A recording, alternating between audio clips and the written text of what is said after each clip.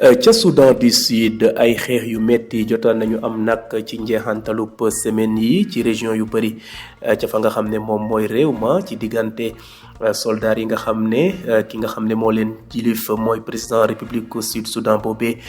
di Salva Kiir Mayardit ak force de l'opposition yi nga xam ne dañoo dëggal ki nga xam ne mooy vice président ba di Riek Machar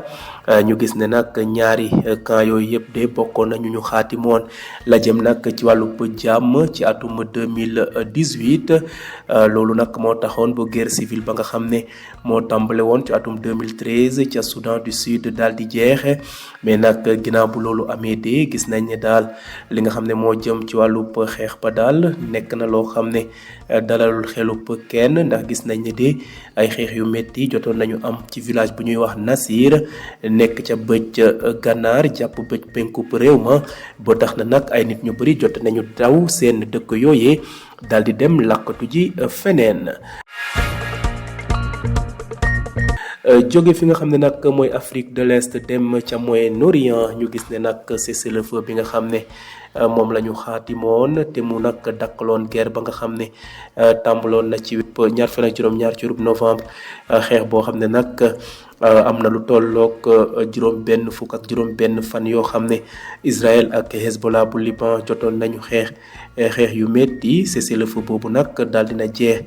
tey jii ci bésub talaata gi yemoo ko fukki fan ak juróom-ñett ci weeru février xeex boobu nag lu tolloog ñeenti téeméeri nit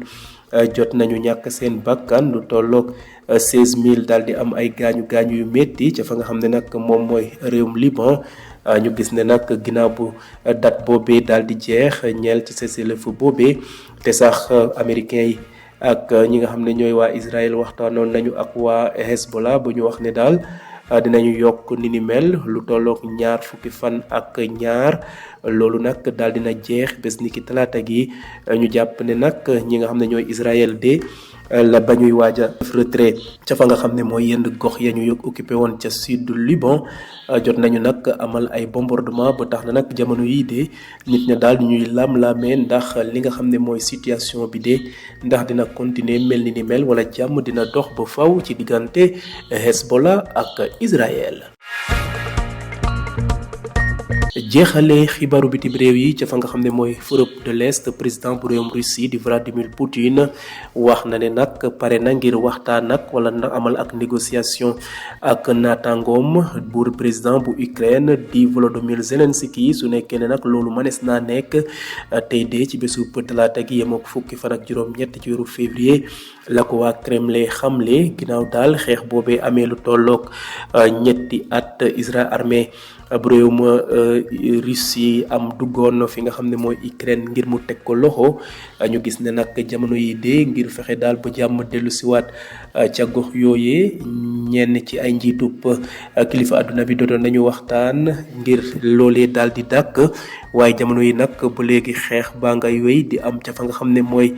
diggante Ukraine ak Russie. Vladimir Poutine nag wax ne daal tijji na buntam ngir ñu faramal waxtaan ak Zelensky fexe daal bu xeex boobee de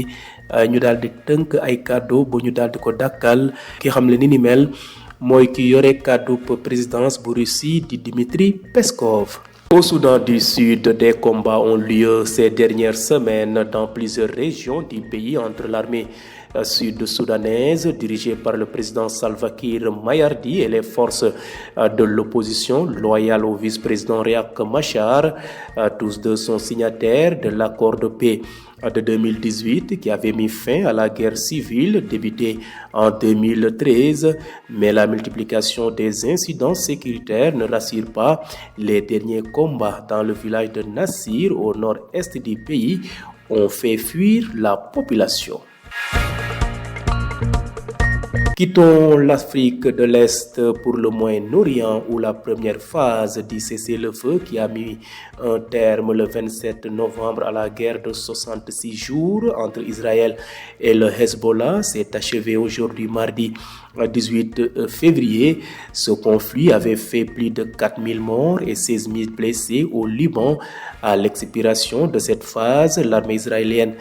devrait avoir terminé son retrait du territoire libanais qui était initialement prévu le 27 janvier avant d'être prolongé de 22 jours à la demande d'Israël et avec le soutien des États-Unis. Mais à la veille de la fin du délai supplémentaire accordé à Israël, la situation est confuse et incertaine sur le terrain. Bouclons ce rapide survol de l'actualité internationale en Europe de l'Est où le président russe Vladimir Poutine se dit prêt à négocier avec son homologue ukrainien Volodymyr Zelensky si nécessaire a assuré ce mardi 18 février le Kremlin après quasiment 3 ans d'offensive de l'armée de Moscou en Ukraine et en pleine accélération des discussions autour du règlement du conflit. Poutine a lui-même déclaré que si nécessaire il serait prêt à négocier avec Zelensky, mais le cadre juridique des accords doit être discuté en tenant compte de la réalité, a indiqué le porte-parole de la présidence russe, Dmitry Peskov.